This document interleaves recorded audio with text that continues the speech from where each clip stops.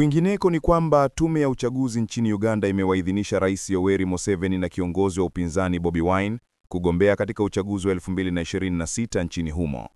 Tangazo hilo linaweka mazingira ya mpambano mkali wa kisiasa kati ya kiongozi huyo mwenye umri wa miaka 81 ambaye ametawala tangu 1986 na mpinzani wake mwenye umri wa miaka 43, nyota wa pop aliyegeuka mwanasiasa ambaye anaungwa mkono na vijana wa Uganda.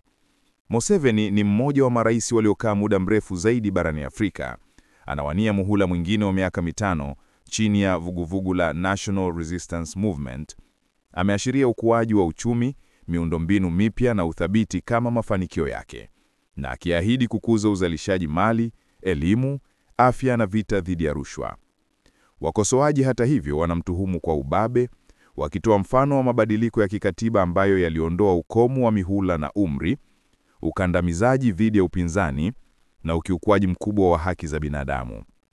Bobi Wine, ambaye alishindwa na Museveni mwaka wa 2021 uliogubikwa na madai ya udanganyifu katika kura hiyo, anasema anawakilisha kizazi kipya kinachodai mabadiliko.